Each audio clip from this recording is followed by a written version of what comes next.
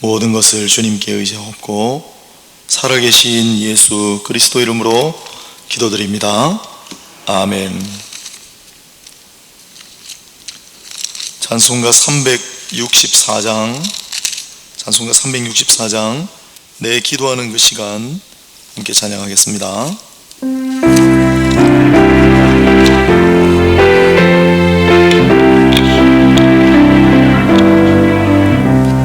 내 기도하는 그 시간 그때가 가장 즐겁다. 이 세상은 심곡 속에 얽매인 나를 부르사 내 진정 소원 주 앞에 낱낱이 바로 아뢰 큰 불행 당해 슬플 때 나 위로받게 하시네. 내 기도하는 그 시간 내게는 가장 귀하다. 저 광야 같은 세상을 끝없이 방황하면서 위태한 길로 나갈 때 주께서 나를 이끌어 그 보좌 앞에 나가 그 은혜 받게 하시네. 내 기도하는 그 시간 그때가 가장 즐겁다. 이때 꽃이 큰 죄로 내 마음 심히 아파도 참마음으로 뉘우쳐 다 숨김없이 아뢰 주 나를 위해 복 주사 새 은혜 부어 주시네. 내 기도하는 그 시간 그때가 가장 즐겁다. 주 세상에서 일찍이 저 요란한 곳 피하여 빈들에서나 산에서 온 밤을 세워 지내서 주 예수 친히 기도로 큰 본을 보여 주셨네. 아멘. 이 시간 문순영 권사님 기도 인도하실 때 함께 기도하시겠습니다. 하나님 아버지, 은혜를 감사합니다. 부족한 저희들을 주의 자녀 삼아주시고 거듭난 자로서의 복된 삶을 누리며 살아갈 수 있게 해주시니 감사합니다. 아멘. 이 세상은 어둡고 혼탁하지만 저희들에게 빛을 비추어 주셔서 연약한 저희들이 낙심 중에 넘어지지 않게 해주시고 또 넘어질 땐 일으켜 주셔서 언제나 산 소망을 가지고 살아갈 수 있게 해주시니 감사합니다. 아멘. 희망으로 올해를 시작했지만 전염병으로 인해 움츠린 채로 시간을 보내고 벌써 6월이 되었습니다. 이제 한 달 후면 교회 재건축을 위하여 이곳을 떠나야 합니다. 지금 세상은 혼란스럽고 또 모든 활동이 위축되어 새 희망을 꿈꾸기 어려운 때인데 교회의 재건축은 공사 일정에 따라 진행되어 가고 있습니다. 이 교회는 그동안 주님께 예배하며 성도들 간의 기쁜 만남이 있었던 곳입니다. 부모님들의 눈물을 기도를 기억합니다. 지나간 많은 교역자들의 사랑의 섬김과 수고를 기억합니다. 숨은 봉사자들의 땀방울과 손길이 닿지 않은 곳이 없습니다. 돌같은 저희들의 마음을 어루만져 주시사 지나온 시간들에 대한 뜨거운 감사와 다가올 시간에 대한 소망으로 늘 살아갈 수 있기를 기도합니다.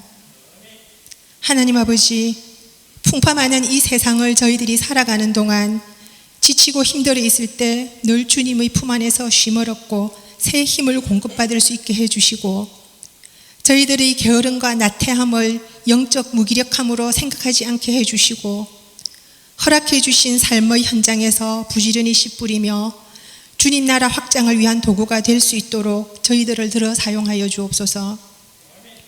지금 이 땅에 만연하고 있는 코로나 전염병은 저희들의 일상을 어렵게 하였으며, 건강에 대한 염려뿐 아니라 경제적인 어려움, 인종적인 갈등과 사람을 향한 배척과 혐오 같은 많은 문제들로 저희들의 삶을 더욱 힘들게 하고 있습니다. 하나님, 저희들이 무지함으로 저희들에게 허락된 이 귀중한 시간을 낭비하지 않게 해주시고, 또한 저희들이 방심함으로 해를 당하지 않게 해주시고, 오직 주님께서 주신 지혜와 총명함으로 해야 할 일들을 하면서 늘 세상을 선도해 나갈 수 있게 해주옵소서. 선한 양심을 가진 의로운 청지기가 되어 세상 사람들로부터 칭찬받는 삶이 아니라 그들로부터는 존경을 받을 수 있게 해주시고, 주님께 칭찬받는 복된 삶을 살아갈 수 있게 해주옵소서. 하나님, 우리 성도들의 가정을 주님께서 지켜주시고 이 죄악 세상 가운데서도 천국의 모형인 가정을 아름답게 세워나갈 수 있게 해주옵소서. 담임 목사님과 교역자들에게 능력을 더하여 주시고, 이 어려운 시기에 온천제일교회 건속들을 말씀으로 양육하며 이끌고 나갈 때 건강 상하지 않고 기쁨으로 사명 감당할 수 있도록 지켜주옵소서. 오늘 이 예배도 주님 함께 해주시고 주님 홀로 영광 받으시는 예배 되게 해주옵소서. 말씀을 전하시는 홍석진 담임 목사님을 주님 붙들어 주시고, 주님 말씀을 저희들이 듣게 해주시고 늘 말씀에 의지하여 살아가는 저희들이 되게 해주옵소서. 감사드리며 이 모든 말씀 우리의 구원자시요 중보자 되신 예수 그리스도의 이름으로 기도드립니다.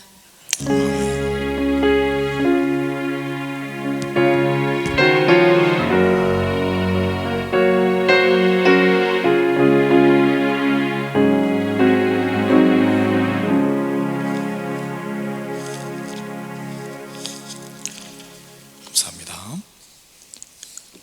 몇 가지 교회 소식 먼저 좀 알려드리겠습니다. 오늘 참석하신 구역장 권찰들께서는 지난 주일날 광고한 대로 혹도 주일 못 오신 분들은 교통편 조사서 작성하셔가지고 여기 좀 함에다가 넣어주시면, 함이 아니라 그 구역장 권찰 출석부 꽂이에 그대로 두셔도 되고요, 교육자들 주셔도 되고 함에다 넣으셔도 되겠습니다. 임시 예배처소 교통편 조사 광고 다시 드립니다. 잘 작성하셔서 꼭 필요한 차량 지원을 꼭 요청해 주시기를 부탁의 말씀을 드립니다. 덥지는 않으신가요? 예, 더우신 분은 거기 옆에 선풍기 돌아가는지 모르겠네요. 작동하셔서 지금 우리가 한 달 정도 예정으로 남았는데, 우리 에어컨이 지금 본당 전체 에어컨은 스위치를 켜면은 작동이 되는 그런 요새 전기식이 아니거든요. 밑에 그 냉방식으로 돼 있어가지고 그거를 해마다 갱신을 하고 준비를 해야 되는데, 저희가 이사를 갈 거의 예정이기 때문에 올해는 준비를 하지 않았습니다. 그래서 전체 냉방이 한 달 동안 좀 잘 참으셔야 되는데, 이 본당 전체 냉방은 이제 들어오진 않을 거고, 양쪽 좌우에 선풍기하고 가운데 놓인 선풍기로 한 달을 좀 잘 버티셔야 되는데, 아무쪼록 더위 잘 견디시고 복장도 조금 편한 복장으로 지난 주일에 말씀드렸습니다.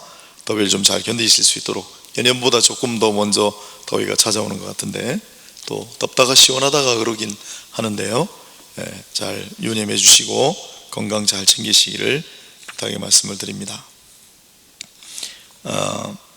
우리 6월 한 달 동안 추억의 사진전 계획을 하고 있는데, 잘 진행될 수 있도록 우리 청년부 주관으로 추억의 사진전 진행이 잘 또 진행될 수 있도록 기도를 많이 부탁을 드립니다.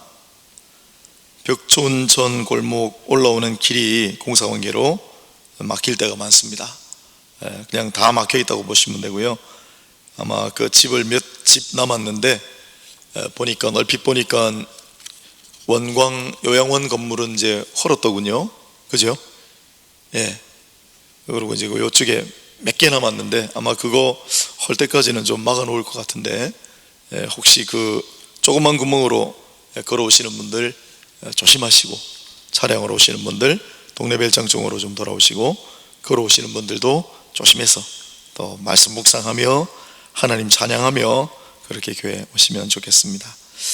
나머지 주보 광고를 조금 참고하시고, 오늘 수요일 날 아이들 일부가 개학이라고 하니 좀 이상하네요. 등교를 했습니다. 등교. 그래서 오늘 잠깐 신방 다녀왔는데, 처음 중학교 들어간 친구인데 이제 학교 처음 입학한 학교를 이제 처음 가보는 거죠. 다음 주 월요일쯤 해가지고 마지막 남아있는 학년, 지금 제가 다 못 기억하겠는데, 뭐 예를 들면 중학교 1, 2학년은 뭐 다음 주 월요일 날 뭐 이런 식으로, 오늘은 오늘 기억을 못 하겠네요. 들었는데 아무튼 지금 순차적으로 등교가 이루어지고 있는데, 우리 아이들 건강, 또 뭐 다른 분들도 마찬가지지만 워낙 코로나 바이러스 사태를 위해서 또 변함없이 기도해 주시기를 부탁의 말씀을 드립니다. 자, 우리 하나님 말씀 보도록 하겠습니다. 수요일에는 역대하 33장 10절로 20절까지 본문 보겠습니다. 구약성경 703페이지, 구약성경 703페이지, 역대하 33장 10절로 20절까지, 역대하 33장입니다. 703페이지, 구약성경 703페이지, 703면 역대하 33장 10절부터 20절까지 제가 봉독하겠습니다.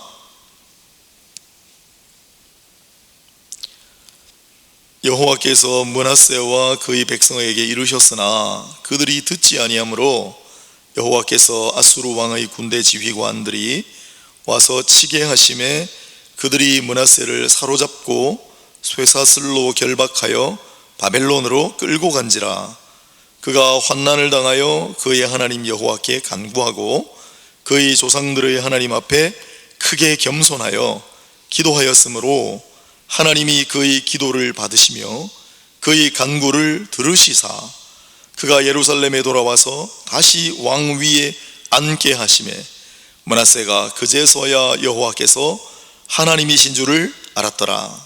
그 후에 다윗 성 밖 기혼 서쪽 골짜기 안에 외성을 쌓되 어문 어귀까지 이르러 오벨을 둘러 매우 높이 쌓고 또 유다 모든 견고한 성읍에 군대 지휘관을 두며 이방신들과 여호와의 전의 우상을 제거하며 여호와의 전을 건축한 사내와 예루살렘에 쌓은 모든 제단들을 다 성 밖에 던지고 여호와의 제단을 보수하고 화목제와 감사제를 그 제단 위에 드리고 유다를 명령하여 이스라엘 하나님 여호와를 섬기라 하매 백성이 그의 하나님 여호와께만 제사를 드렸으나 아직도 산당에서 제사를 드렸더라.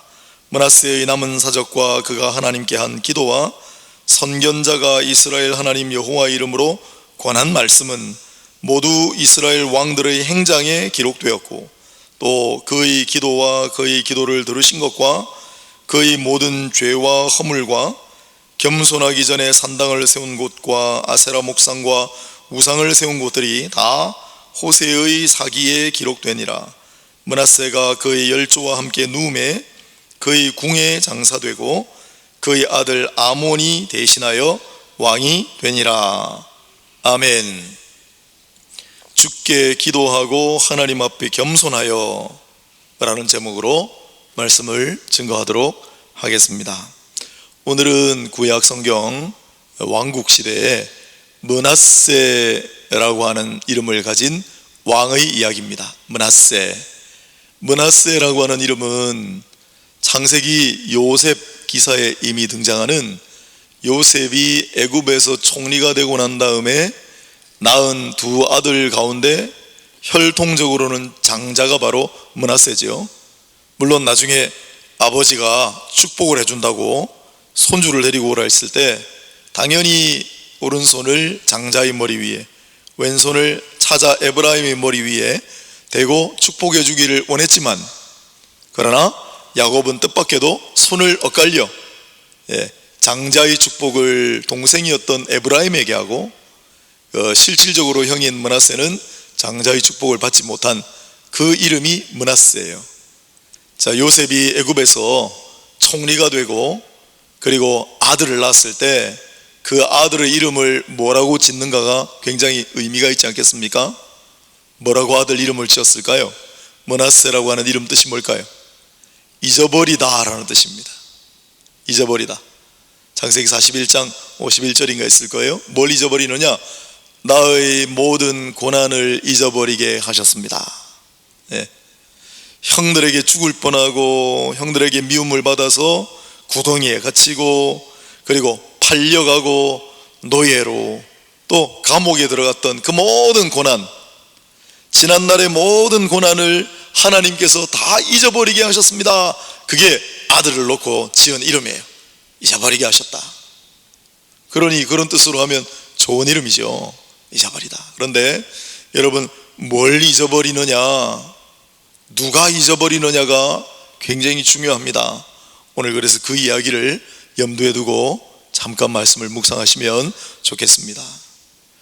자, 이렇게 므낫세라고 하는 이름인데, 이 므낫세 왕은 그러면 왕국 시대에 누구의 자식인가? 히스기야 왕의 자식이에요. 히스기야 왕. 여러분 뭐 잘 아시겠지만은 남유다 왕 중에 성군이 3명 있다. 가장 훌륭한 임금이다. 물론 여호사밧 왕이 앞에 있고, 그러나 여호사밧 왕은 다른 두 사람보다 조금 떨어지고 히스기야 왕과 요시야 왕이 성군 중에 성군으로 불리는 왕입니다. 히스기야 왕, 얼마나 대단한 왕입니까? 여러분 잘 아시는 죽을 병에 걸렸을 때 하나님 앞에 무릎 꿇고 벽을 향하여 바라보고 기도하여 15년 생명을 연장받고, 아수르가 침범했을 때 하나님 앞에 기도하여 아수르 대군을 하나님께서 그냥 물리쳐 주신 그러한 체험을 한 인물이 바로 히스기야 왕입니다. 그 히스기야 왕이 낳은 아들이 므낫세예요. 므낫세. 히스기야 왕도 아들 이름을 지을 때 하나님 우리의 모든 고난을 잊어버리게 하셨습니다. 그런 뜻으로 우리의 모든 죄와 악행을 잊어버리게 하소서, 지난날의 모든 수치와 오욕의 역사를 잊어버리게 하소서, 그런 뜻으로 이름 짓지 않았겠어요? 히스기야 왕이 그렇게 훌륭한 왕인데, 물론 그도 완전 무결한 왕은 아닙니다. 그런데 참 성경 속에 몇 가지 미스테리, 성경 속에 정말 수수께끼 같은 그러한 대목 중에 하나가 바로 이 므낫세 왕인데, 아버지 히스기야 왕이 그렇게 훌륭한 왕이었는데, 또한 틸레라고 하는 유명한 사람이 조사한 바에 따르면 이 히스기야 왕의 말년에는 그의 아들 므낫세를 공동 통치자로, 공동왕으로, 그러니까 아버지도 왕이고 이 아들도 똑같이 왕인 거예요. 공동왕이에요. 공동 통치로 다스린 때가 몇 번 있습니다, 왕국 시대에. 그래서 히스기야 왕은 자기 아들 므낫세를 공동 통치자로, 똑같은 왕으로, 아들 왕으로 세우고 실제로 내정, 국정, 왕국을 다스리는 걸 수업까지 시켰어요. 왜 그랬을까요? 15년 생명을 연장시켜 주셨지만은 언제 갈지 모르는 인생이지 않습니까? 그러니 자기가 혹시 중간에 사라지게 되면 이제 아들이 이어서 왕 해야 되니까 미리 왕으로서 수업까지 시켰어요. 그렇게 훌륭한 왕 히스기야 왕, 또 실제로 왕으로 다스리는 통치자의 수업까지도 먼저 받았던 므낫세가 어째서 그런 사람으로 전락했을까? 이게 참 성경의 수수께끼 미스테리예요. 므낫세는 단도직입적으로 말씀드려서 남유다 왕들 중에 최고로 악한 왕이었습니다. 이 므낫세 왕보다 더 악한 왕은 없습니다, 남유다 왕 중에. 아니, 히스기야 왕의 아들이고 공동 통치자까지 세워줬는데, 수업까지 받았는데 어째서 가장 최고로 악한 왕이 되었을까? 이게 참 풀 길이 없는 수수께끼입니다. 므낫세 왕이 얼마나 악한 왕이었는가? 열왕기 하에, 물론 열왕기 하는 므낫세 왕의 악한 행위, 그로 말미암은 비참한 최후, 그걸 통해서 우리에게 경종을 울리고, 그러나 역대기 기록은 열왕기에 적혀있지 않은 므낫세 왕의 나머지 뒷부분, 회개하는 이야기가 한 번 더 실려 있습니다만은, 그러나 그가 정말 악한 왕이었다는 사실은 변함이 없습니다. 오늘 본문 10절을 한번 보시겠습니다. 여호와께서 므낫세와 그의 백성에게 이르셨으나 그들이 듣지 아니하므로 하나님께서 므낫세와 그의 백성들에게 수도 없이 말씀하셨어요. 오늘 본문에 읽었습니다만 저 뒷부분에 가면 18절에 있습니다. 므낫세의 남은 사적과 그가 하나님께 한 기도와 선견자가 이스라엘 하나님 여호와 이름으로 관한 말씀은, 선견자, 이름이 나와 있지 않은, 우리가 잘 알지 못하는 그러한 선견자는 선지자하고 하는 일이 같습니다. 선견자, 선지자, 하나님의 사람들을 숱하게 보내어 그토록 하나님께서 많이 이르고 당부하셨는데도 안 들어요. 왜 하나님께서 그토록 하나님의 사람들을 부르셔서 그렇게 보내셨는가? 오늘 본문도 한번 33장을 제일 첫 번째로 보십시오. 1절 한번 보세요. 33장 1절. 므낫세가 어떤 일을 행했는지를 한번 성경을 통해 살펴보겠습니다. 33장 1절. 므낫세가 왕이 오를 때 나이가 12세라, 어린 나이에 왕이 올랐어요. 그리고 예루살렘에서 무려 55년 동안 다스렸다. 다윗 왕도, 솔로몬 왕도, 히스기야 왕도, 요시야 왕도 이렇게 오래 왕으로 다스리지는 않았습니다. 가장 오랫동안 왕으로 다스렸던 왕입니다. 잘했으면 너무 좋았을 텐데, 자 2절을 한번 보실까요? 여호와 보시기에 악을 행하여 여호와께서 이스라엘 자손 앞에서 쫓아내신 이방 사람들의 가증한 일을 본받았다. 왕들 중에 여호와께서 쫓아내신, 하나님께서 그 땅 가운데서 우상 숭배하는 이방인들을 쫓아내시고, 그리고 그 약속된 땅에 하나님의 택한 백성들을 심으신 거 아닙니까? 하나님께서 약속하신 땅으로 인도하신 다음에 너희는 이 땅에 살던 백성들이 행하던 가증한 일을 절대 본받지 말라 신신당부하셨죠. 그런데 그 이방 사람들의 가증한 일을 본받았다. 많이 일어난 일은 아니고, 이런 평가를 성경이 써놓은 왕은 4사람밖에 없습니다. 이 므낫세를 제외하고 총 5사람이군요. 그런데 3명은 북이스라엘 왕입니다. 처음에 금송아지, 나라를 두동강나게 했던 여로보암, 그 다음에 중간쯤 악한 왕의 대명사인 아합 왕 아시죠? 이세벨, 자기 부인과 함께 바알과 아세라 우상 숭배하는 걸 그냥 북이스라엘 나라에다가 수입한 그 이 왕이 말입니다. 아합 왕, 그 다음에 결국 북이스라엘 멸망할 때의 왕 호세아, 이 3왕에게만 이런 얘기가 붙어 있어요. 남유다 왕 중에는 므낫세와 쌍벽을 다투는 아하스라고 하는 왕이 있어요. 히스기야 왕의 아버지. 그것도 참 이상하죠. 아하스 왕같이 악독한 왕, 악한 왕으로부터 어떻게 또 히스기야 왕같이 또 위대한 왕이 나오는지. 아무튼 아하스 왕과 므낫세 왕, 이 악한 왕 2사람에게만 이 이야기가 적혀 있어요. 이방 사람들의 가증한 일을 본받았다. 그것만 해도 므낫세의 악행을 알 수가 있는데, 그 뒤에 쭉 보십시오. 3절을 보세요. 히스기야가 헐어버린 산당을 다시 세우며, 이 산에 존재하는 산당, 산속에 있는 산당을 다 제거하는 왕은 이스라엘 역사에 거의 없습니다. 히스기야, 요시야 이 정도. 그 아버지가 그토록 어려운 일, 즉 곳곳에 이스라엘 전역에 흩어져 있는 산당, 백성들이 거기 가서 막 제사를 마음대로 드리는 그 산당을 전부 제거했는데, 히스기야 왕이 어찌된 일인지 그 아들이 전부 그걸 다시 세웠어요. 그 다음에 바알과 아세라상을 만들었다. 북이스라엘의 아합 왕이나 했던 일을 자행합니다. 그 다음 일월 성신들을 경배하며 섬기며, 일월 태양신을 섬기는 것은 애굽 사람들이 하던 일, 달신을, 월신을 섬기던 것은 메소포타미아 사람들이 하는 일. 그래서 동서에 있는 큰 우상을 섬기는 이방인들이 하는 그 일월 성신 섬기는 그러한 뭐라 그럴까, 이것도 신앙이라고 할까요? 사이비 신앙을 들여온 사람이 므낫세 왕. 그 다음에 4절 보면 내가 내 이름을 예루살렘에 영원히 두리라 하신 여호와의 전에 제단들을 쌓고 1월 성신을 위하여 제단들을 쌓고, 그 어느 왕도 감히 예루살렘 성전 안에 마음대로 제단을 쌓고, 하나님 앞에 드리는 제단은 성전 안에도 하나밖에 없습니다. 그런데 거기에 1월 성신 우상을 섬기는 제단을 쌓았던 인물은 므낫세밖에 없습니다. 그 누구도 감히 성전 안에는 감히 그런 일을 못했는데, 그 다음에 6절 보면 흰노무의 아들 골짜기에서 아들들을 불 가운데로 지나가게 하며 아들을 몰렉 밀곰신 이방신들에게 아들을 산제물로 바치는 그런 일을 자행했어요. 그 다음에 사술과 요술을 행하고 신접한 자와 박수를 시nem하고 무당, 점치는 사람, 이런 사람들 데리고 와서 국정을 하고, 그 다음 7절 자기가 만든 아로새긴 목상을 하나님의 전에 세웠더라. 누구도 감히 이런 일을 자행한 사람이 없습니다. 하나님의 전에 우상을 떡하니 만들어서 세워놨어요. 이게 므낫세 왕이에요.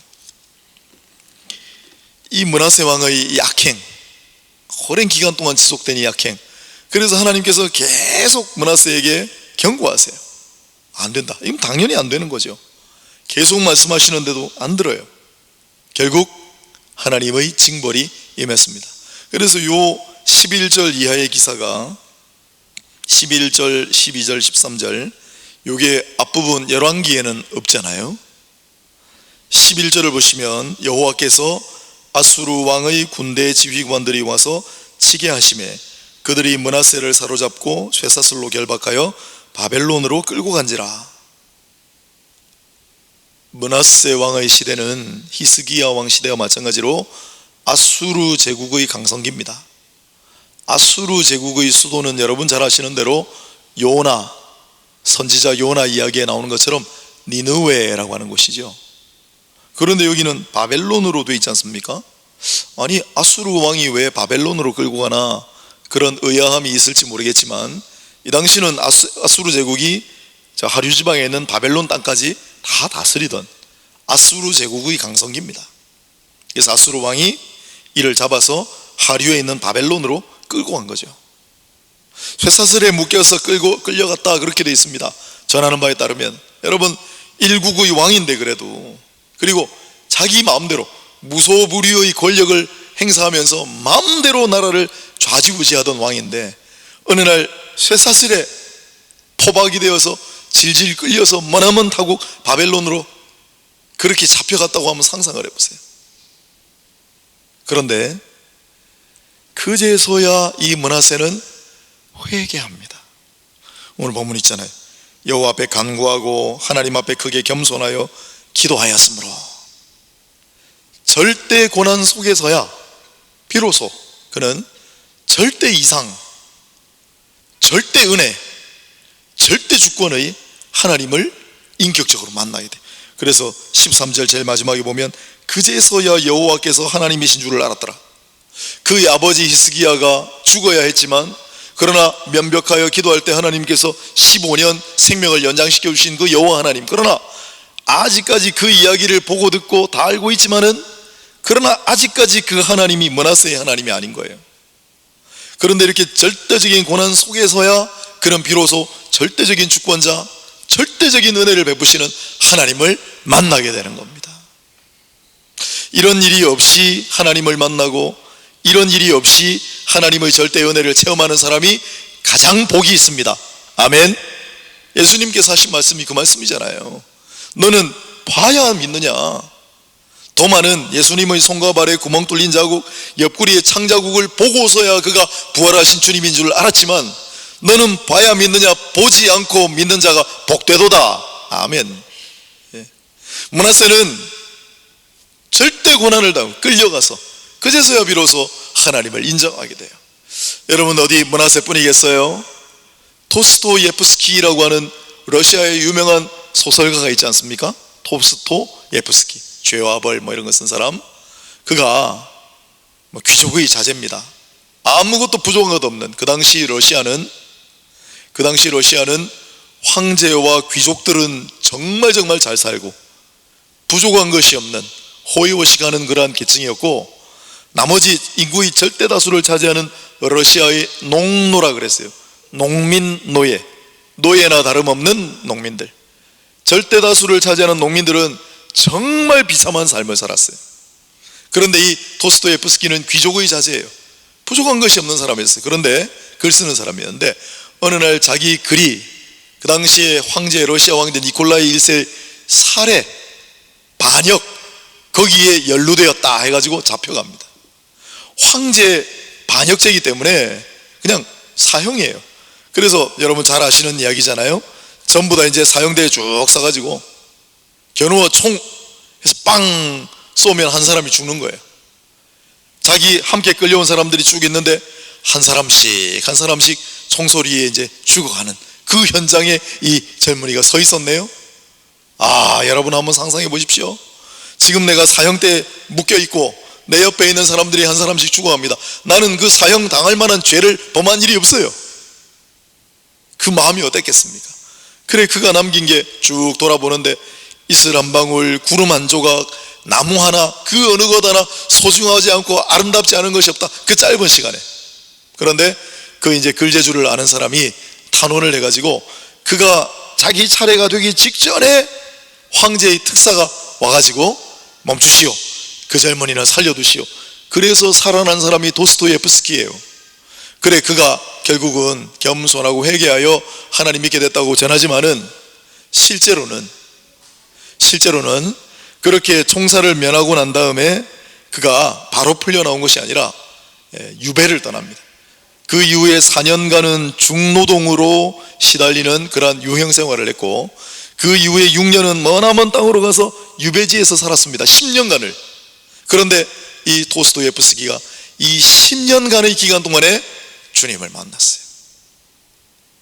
힘들고 어려운 순간에 당연히 주님을 만난 것이 아니라 극적으로 자기가 목숨이 살아나고 난 다음에 유배 생활할 때, 중노동에 시달릴 때 어떤 귀부인 한 분이 형장에서 노동을 하고 마치고 이제 다시 감옥으로 끌려가는 그에게 책을 한 권 줬대요. 이 책을 유일하게 감옥 안에 가지고 들어갈 수 있도록 허용된 책입니다. 이 책을 가지고 가서 꼭 잘 읽어보세요. 이 책이 당신에게 보화를, 이 책이 당신에게 날마다 보물을 더해줄 거예요. 무슨 책이었겠습니까, 여러분? 신약성경. 그 성경 전권은 너무 두꺼우니까 작은 신약성경 그 한 권을 10년의 유형생활 동안, 감옥 10년 갇혀있는 동안 처음부터 끝까지 얼마나 많이 보고 또 봤는지, 나중엔 다 헤어져 달아져 없어버리는데 거의 다 외웠대요. 또 하나, 어느 날 끌려가고 있는데 노동하고 한 소녀가 확 뛰어오더니 그 당시 가장 작은 동전 하나를 주더래요. 손에 쥐어주면서 하나님께서 당신에게 자비를 베풀어 주시기를 원해요. 그 소녀가 쥐어줬던 그 동전 하나, 동전 뭐 크기나 그 액수가 문제가 아니라 그 소녀를 통하여 보여주신 그 자비, 신약 성경. 그래서 이분이 10년 동안의 유형 생활에 완전히 새로운 사람으로 달바꿉니다. 그가 절대 고난 속에 있었을 때 그는 절대 주권자이고 절대 은혜를 베푸시는 주님을 만났습니다. 우리도 마찬가지예요. 고난은 힘들지요. 우리가 만나고 싶지 않은 그러한 인생의 순간이겠지만은, 그러나 고난받는 것이 내게 유익이라. 주 예수로 말미암아 넘치는 고난 가운데 주 예수로 말미암아 넘치는 위로가 있고, 그 받은 위로로 말미암아 고난 중에 어찌할 바를 알지 못하는 사람들에게 위로하라. 이게 성경의 가르침이지 않습니까? 므낫세는 그러한 절대 고난 속에 하나님 만나게 됩니다. 그리고 비로소 하나님 앞에 자기의 악행을 고하기 시작하잖아요. 하나님, 제가 죄인입니다. 겸손하여 이렇게 점잖게 표현해놨는데 12절 마지막에 이건 자기의 무릎을 쳐버리다, 자기를 쳐서 무릎을 꿇게 하다, 굴복하게 하다, 그런 뜻이에요. 그리고 하나님 앞에 기도하기 시작합니다. 자, 여러분, 이렇게 악한 왕, 그 이전에도 이후에도 비교할 짝이 없는 이 므낫세 왕, 이런 악한 자의 기도도 하나님께서 받으십니까? 이런 악한 자의 간구도 하나님께서 용납하십니까? 정답은 네입니다. 간단하게 13절 한 절 되어 있지만은 하나님이 그의 기도를 받으시며 그의 간구를 들으시사 그의 모든 악행을 잊어버리셨다. 그의 모든 지난 과오를 잊어버리셨다. 그래서 므낫세 왕이에요. 므낫세는 비록 자기 아버지 히스기야 왕의 그 위대한 신앙, 그 겸손한 간구, 또 하나님께서 히스기야 왕 아버지에게 베풀어 주셨던 그 놀라운 은혜, 그걸 몽땅 잊어버리고 자기의 뜻대로 자기 권력을 가지고 살았지만은, 그러나 그가 절대 고난을 만나 하나님 앞에 회개하고 엎드릴 때 하나님께서는 그의 기도를 받으시고 그의 모든 지난날의 과오를 다 잊어버리신다. 그게 므낫세 왕의 비밀이에요. 이 므낫세 왕의 잊어버리심, 하나님께서 기억하지 아니하신다 라고 하는 이야기를 에스겔 선지자를 통해 원리로 우리에게 선포하십니다. 이때는 므낫세 왕을 통하여 그렇게 보여주셨고, 그걸 이제 성경 구절로 우리에게 확인시켜 주시는 게 에스겔 선지자예요. 조금 뒤에 있는데 한번 찾아보실까요? 에스겔서 18장을 한번 찾아보십시오. 수요일이니까 에스겔서 18장 1174페이지, 혹시 잘 안 보이시는 분은 제 이야기를 잘 들으시면 되겠습니다. 1174페이지 에스겔서 18장 일단 2절을 한번 보죠. 재밌는 구절이 나옵니다. 너희가 이스라엘 땅에 관한 속담에 이르기를 아버지가 신 포도를 먹었으므로 그의 아들의 이가 시다고 하면 어찌 됨이냐. 아버지가 신 포도를, 여러분 지금도 제가요 포도가 맛있잖아요. 제가 지난 주일날 여러분 앞에 고백했는데요, 제가 좀 식탐이 있어요. 그래서 포도, 맛있는 포도를 먹으면 많이 먹어요. 그럼 여러분, 포도 많이 먹으면 이가 시립니다. 그렇죠? 많이 먹으면 잇몸이 좀 시려요. 그 다음날 양치질해 보면 막 시려요. 그죠? 신 포도를 많이 먹으면 당연히 이가 신데, 아버지가 신 포도를 많이 먹고 아버지 이가 시면 그 아들 이가 똑같이 십니까? 안 십니까? 안 시죠. 그런데 이스라엘 속담에는 아버지가 신 포도를 먹고 이가 시리면 아들도 당연히 이가 시리다, 이런 속담이 있었어요. 예레미야서에도 31장에 똑같은 속담이 나와요. 그 당시에 그런 속담이 있었다고요. 무슨 뜻입니까?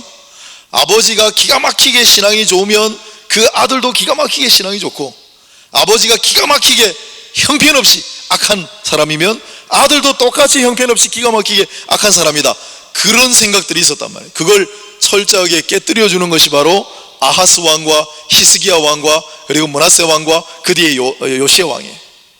어떻게 아하스 왕과 같은 그러한 기가 막히게 악행을 저지르는 악독한 왕 밑에서 히스기야 왕 같은 위대한 성군이 나올 수가 있으며, 히스기야 왕 같은 위대한 성군 밑에서 어떻게 이렇게 악독한 므낫세 왕이 나올 수가 있으며, 이 므낫세 왕의 바로 다음이죠, 요시야 왕, 그 훌륭한 위대한 성군이 어떻게 또 므낫세 왕의 핏줄에서 나올 수가 있는가? 신앙은 각자입니다. 여러분, 신방을 다니고 많은 교회 모습들을 봅니다. 아버지가 장로님이고 어머니 권사님이고 교회에 정말 열심히 봉사하고, 그래서 딱 보면은 그의 자식들은 교회를 안 다니고 신앙생활을 안 하는 경우를 많이 봅니다. 반대로 아버지가 훌륭한 신앙인이지만 또 자녀들 그 못지않은 더 훌륭한 신앙인이 훨씬 더 많죠. 물론 또한 아버지 어머니는 무속신앙을 가지고 점치고 굿하는 사람들이었지만은 그 밑에 아들 때에는 목사가 둘이요 선교사가 하나요, 지금 이름만 대면 아는 유명한 그런 목사님이 된 그런 가정도 있습니다. 아버지가 신포도를 먹어 이가 시다고 해서 아들이 이가 시다는 것은 말이 안 되는 거예요. 어불성설이에요.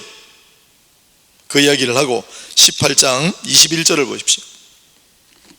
21절을 보세요.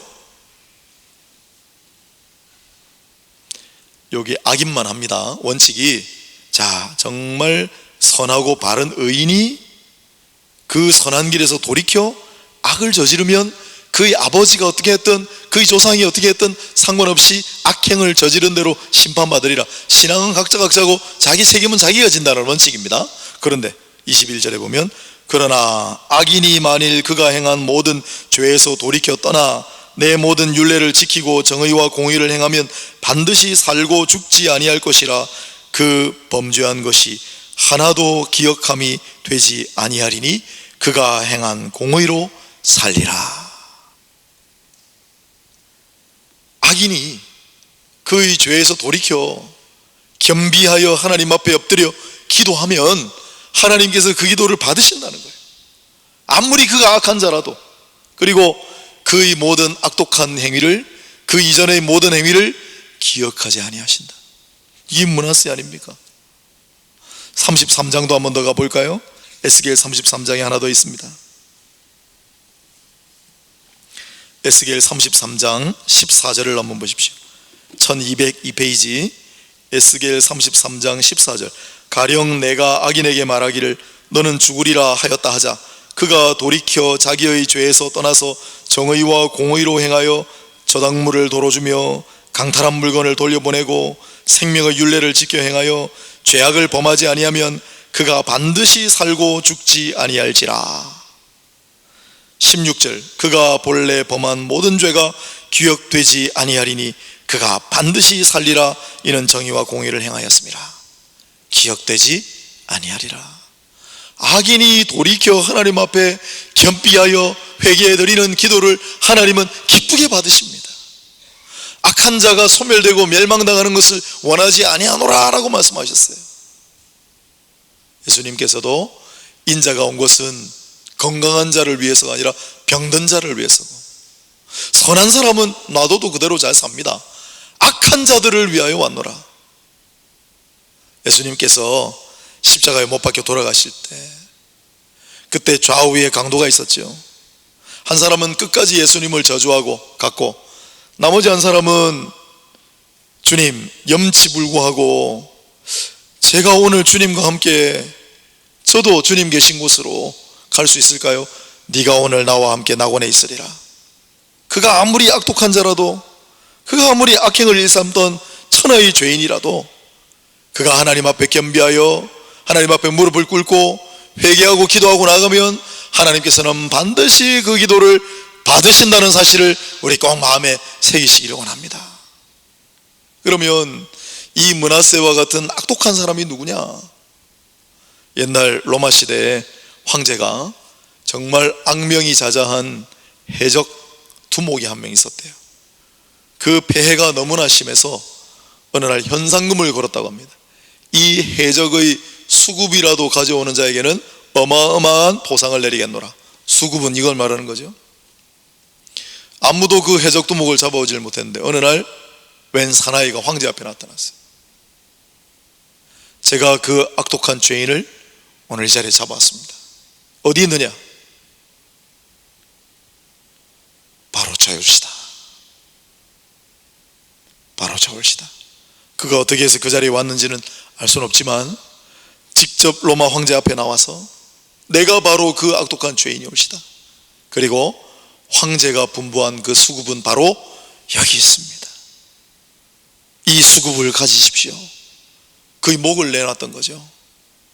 여러분, 오늘 우리가 므낫세 왕 이야기를 보면서 하나님 앞에 엎드려 겸비하고 그의 악행을 고하며 회개하고 기도하고 나가야 할 사람이 누구인가? 바울 사도가 그 답을 가르쳐준 것 같이 죄인 중에 내가 괴순이라. 지난 주일부터 해서 이제 6월달 당분간 기회 있을 때마다 조금 회개에 관련된 얘기를 하려고 그래요. 우리 교회가 이제 청산하고 새로운 곳으로 이전해야 합니다. 지난날의 과오와 모든 허물과 하나님께서 기뻐하시지 않을 만한 그러한 일들은 이제 하나님 앞에 엎드려 다 고하고, 하나님 앞에 엎드려 다 고하고, 하나님께 용납함을 받고, 하나님 앞에서 깨끗이 씻김을 받고, 하나님께서 므낫세, 내가 이제 다시는 그 일을 기억하지 아니하리라 선포하시는 음성 들을 수 있는 우리 모두가 되기를 바랍니다. 아유, 목사님 뭘 우리가 그렇게 잘못한 일이 있다고? 많아요. 생각해 보면 코로나 바이러스 사태로 말미암아 우리가 회개하자고 하는데 뭘 회개합니까? 우리 교만의 죄뿐만 아니라, 여러분 이번에 신천지 또 JMS 정명석이라고 하는 교주가 이끄는 그 사교의 무리가 아직도 남아있다는 걸, 아직도 지금 암암리에 활동하고 있다는 걸 이번 코로나 바이러스 사태를 통해서 우리가 알게 됐어요. 거기 확진자가 나왔기 때문에. 또 조금 다른 바르지 못한 길을 걸어가는 그러한 교회들이 많이 드러났어요. 그러나 그걸 보면서 우리가 또 하나 회개해야 할 거리는, 여러분 신천지 보셨잖아요.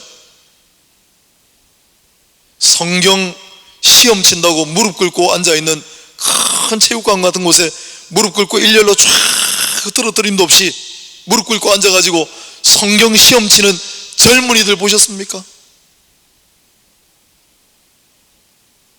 그게 우리가 하나님 앞에 회개할 거리입니다.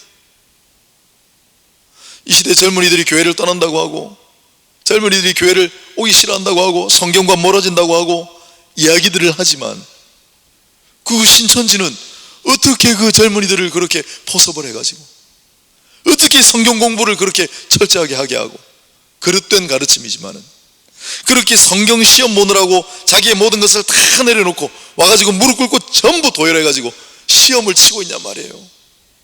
우리는 그동안 뭘 했습니까?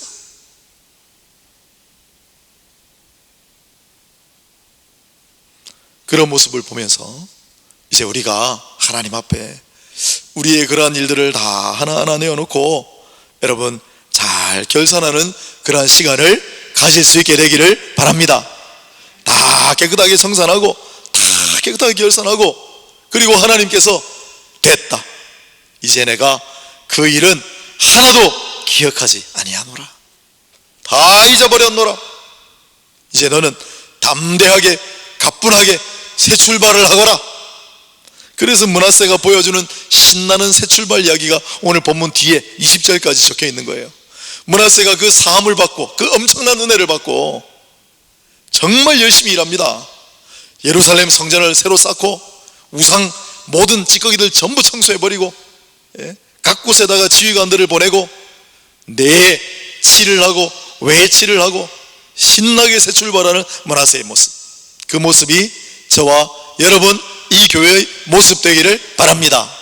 도스토옙스키가 아까 전에 말씀드린 남긴 말이 있어 하나 더 소개하고 설교 마치겠습니다.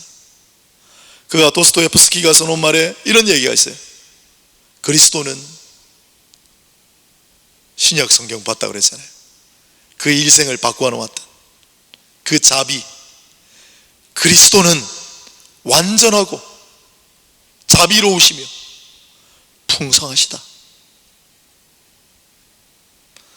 누가 만일 당신이 믿고 있는 그 그리스도, 그것은 진리가 아니라고 말을 한다면, 설령 그것이 진리가 아니라고 할지라도 나는 그 진리를 따르지 않고 그리스도와 함께 살리라. 도스토옙스키가 남긴 말이에요. 그리스도와 함께 살리라. 절대 주권자, 절대 은혜를 베푸시는 우리 주님으로 말미암아 대죄인, 악독했던 인간 우리입니다.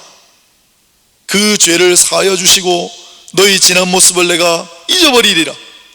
그래서 지금 오늘 여기에 앉아있는 것이 바로 저와 여러분이에요. 그 그리스도 예수의 크나큰 은혜, 그분의 완전하심, 한없는 자비, 그걸 늘 바라고 의탁하며 이제 주와 함께 가뿐하게 새롭게 힘차게 앞으로 나아가시는 그러한 저와 여러분 이 교회 될 수 있기를 다시 한번 주님의 이름으로 축원합니다. 기도하겠습니다. 하나님, 오늘 므낫세 왕의 이야기가 우리 마음에 잘 새겨지게 하시고 지난 날을 잊지 말아야 할 것들 우리가 잘 기억합니다. 그러나 우리 모든 지난 범과 과오 모든 일들은 이제 하나님 앞에 청산하고 이제는 새로운 마음, 새로운 각오로 새롭게 출발하는 우리 모두가 되게 하시며 므낫세와 같이 크나큰 죄인, 대역 죄인과 같았던 우리를 주님께서 한량없는 은혜로 받아주시고 용납하셨기 때문에 오늘 우리가 이 자리에 있다는 사실을 한시도 잊지 말고 늘 주와 함께, 주님과 함께, 주와 함께 살아가는 우리 모두가 되게 하여 주옵소서. 감사드리옵고 예수님 이름으로 기도합니다. 아멘. 저와 같이 한번 기도하시겠습니다. 우리 권사님 반주 좀 부탁드립니다. 같이 합심하여 기도합시다. 오늘 우리 교회를 위해서 함께 기도합니다. 하나님, 우리 교회에 이제 새롭게 새로운 출발, 새롭게 하옵소서. 우리의 모든 허물, 과실, 과오가 있다면 다 흘려버리고 씻어버리고 주님이 다 잊으셨노라 선포하는 이야기를 듣고 앞으로 힘있게 새 출발하는 이 교회가 되게 하여 주옵소서. 그런 마음을 가지고 우리 재건축 먼저 하나님께 영광되는 건축이 되게 하시고 하나님 앞에 기도하며 쌓는 건축이 되게 하여 주옵소서. 온 성도 합심하여 쌓는 귀한 예배당이 되게 하여 주옵소서. 함께 합심하여 기도드리도록 하겠습니다. 하나님 아버지, 하나님, 오늘 시간 우리가 하나님 말씀을 받습니다. 하나님, 오늘 우리가 드리는 기도 아버지 하나님 앞에 상달되게 하시고 아버지 하나님, 오늘 우리가 사업을 통하여서 하나님 앞에 나아갑니다. 이 교회를 아버지 우리가 새롭게 소중하고 하나님 앞에 영광 올려드리게 보겠습니다. 아버지 하나님, 이 교회를 아버지께서 영광으로 받으시고 하나님의 눈부신 자비와 긍휼 가운데 이 교회를 세워주시기를 원합니다. 아버지 하나님, 우리 지난날의 모든 과오와 우리 모든 것을 하나님 남김없이 도말하여 주시고 깨끗하게 씻어주시며 다시는 의를 기억하지 아니하리라 하시는 하나님의 성품을 이렇게 구하여 하시고 아버지 하나님, 이제 우리가 성남세하고 출발할 수 있도록 도와주시기를 원합니다. 아버지, 우리 예배당 건축하는 데 있어서 하나님의 영광이 되는 그러한 건축 과정이 되게 하시고 기도로 그저 우리 겸손함으로 회개함으로 하나님 앞에 탄원함으로 기도로 쌓아올리는 예배당이 될 수 있도록 아버지 하나님, 하나님의 성전이 되게 하여 주옵소서. 우리뿐만 아니라 세상 사람들도 바라보며 하나님 앞에 영광 올려드리는 거룩한 성전 아버지의 집이 되게 하여 주옵소서. 온 성도가 한마음 한뜻이 되었어 교회를 위해 기도할 수 있도록 하나님 은혜를 베풀어 주옵소서. 오늘 수요 예배에 모인 모든 성도들 한 사람 한 사람뿐만 아니라 집에 계신 분들 혹은 밖에 계신 분들 어디에 계시더라도 잠시 걸음을 멈추고 잠시 중단하고 이 교회를 위하여 하나님께 영광 돌리기 위하여 합심하여 기도하는 우리 모두가 온 전제의 원속들이 다 되게 해주시기를 바랍니다. 아버지 하나님, 감사합니다.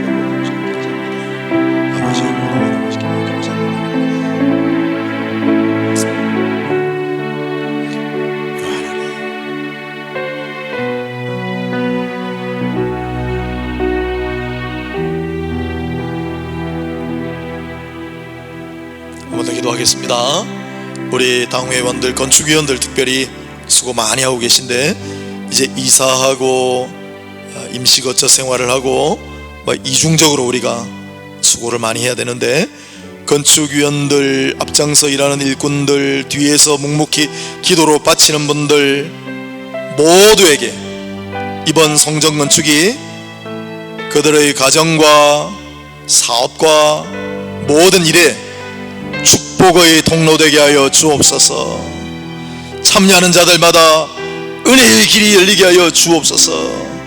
합심해서 한번 같이 기도하도록 하겠습니다.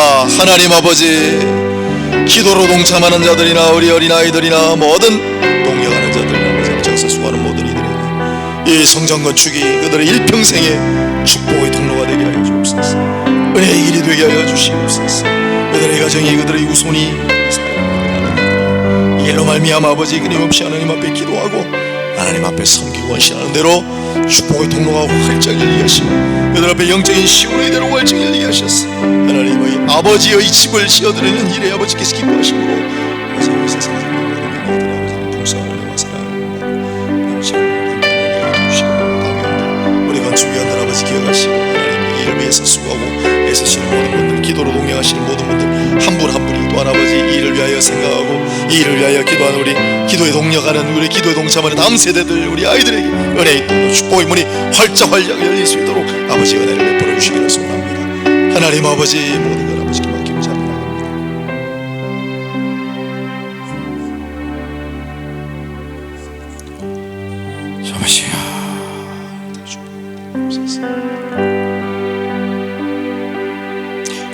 우리 각자에게도 하나님 은혜의 시온의 대로가 활짝 열리게 되기를 바랍니다. 한 번 더 기도하겠습니다. 우리 다음 세대를 위하여 새로운 교회, 새로운 비전을 위해 몇 가지 기도 제목을 드린 바가 있습니다. 100가지 기도 제목 중에 우리 다음 세대를 위해 이 시간에 우리가 회개하는 마음으로 하나님, 우리가 그들에게 결사적으로 복음 전하지 못했습니다. 그 어느 것보다도 우선하여 그들에게 하나님의 말씀을 가르치지 못했습니다. 그 어느 것보다도 우선하여 주님의 한량없는 은혜를 전하지 못했습니다. 우리를 용서하여 주옵소서. 그러나 이제 다 잊어버리고 이제 새롭게 우리 다음 세대를 향하여 마음을 품고 그들을 위해 기도하며 복음을 전하고 가르칠 수 있는 장기적인 비전을 세우고 나아가는 교회가 되게 하옵소서.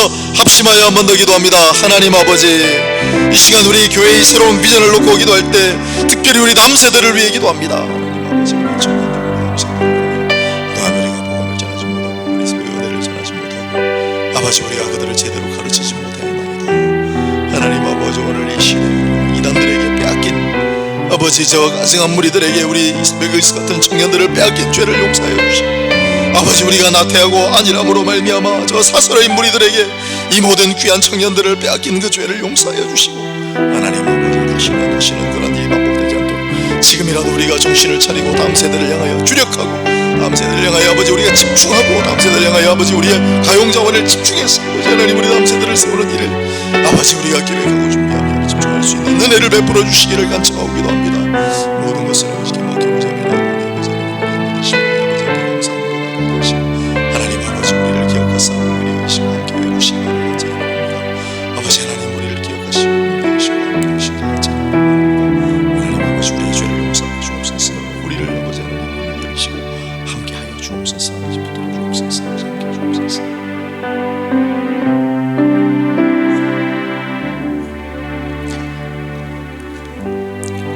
자, 이런 기도 제목을 가지고 늘 기도해 주시고 마지막으로 우리 교회를 위해서 우리 자신을 위해서 한 번 더 기도하고 마칠 텐데 우리 이제 정말 그동안의 모든 순간이 다 소중했지만 이제 남아있는 한 달 동안에 정말 간절한 기도, 정말 절실한 기도로 하나님 앞에 나아갑시다.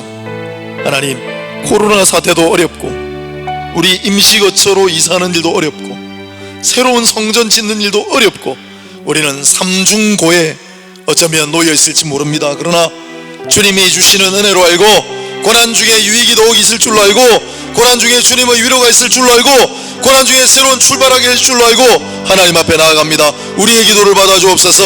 다 같이 주님 이름 한번 부르고 각자 기도하시다가 제가 마무리 기도하고 마치겠습니다. 주여, 주님 이 저녁 시간에 아버지 앞에 나와 간절한 마음으로 기도를 드립니다. 아버지 하나님, 특별하고 특별한 시간들을 우리는 보내고 있습니다. 기도하는 중에 있고 아버지 우리 교회를 위하여 간절한 마음으로 기도할 때입니다. 하나님 아버지 우리가 아버지 절실한 마음으로 간절한 마음으로 애달픈 마음으로 기도하고 또 기도하게 하시고 아버지 기도하는 종들을 사용하셔서 기도하는 종들의 목소리를 들으셔서 아버지 우리 온천 제일의 모든 권속들과 그들의 가정과 그들의 자손들을 지켜보아 주시고 아버지 우리 새로운 성전을 짓는 모든 과정 가운데 아버지 우리가 잘 견디게 하시고 슬기롭게 나아가게 하시고 하나님의 은혜를 더 사모하게 하시고 고난 중에 넘치는 유익이 있게 하여 주시며 고난 중에 주의 음성을 듣게 하시고 고난 중에 아버지 하나님 위로받게 하시며 그러한 고난 중에 받은 은혜와 유익으로 말미암아 고난 중에 들은 주의 음성으로 고난 중에 받은 주님의 위로로 말미암아 이상한 사람들 많은 어려움 당하는 분들을 위로하고 또 은혜를 베풀어 나눌 수 있는 하나님의 은혜를 주시기를 원하고 시공에 이르는 작공에 이르기까지 또한 중공과 우리 입당 해당의 또한 아버지 헌당하는 모든 과정 절차에 이르기까지 하나님만 영광 받으시고 하나님께서 이 모든 정 과정을 주관하여 주시기를 원하고 이 일을 위하여 아버지 애쓰고 기도하는 모든 종들을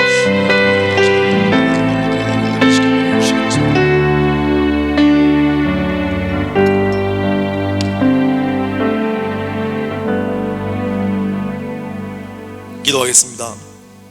하나님, 오늘 절절하게 드리는 우리의 모든 애달픈 사연을 들으시고 하나님 아버지, 특별히 이 고난 중에 은혜의 유익을 베풀어 주시며 주님의 음성을 듣게 하여 주시고 주님의 위로받음으로 말미암아 씩씩하게 담대하게 앞으로 나아가게 하시고, 우리가 받은 은혜의 유익으로, 우리가 들은 주님의 음성으로, 우리가 받았던 주님의 위로로 또한 많은 이들을 위로하고 은혜를 베풀고 나눠줄 수 있는 우리 모두가 되게 하여 주옵소서.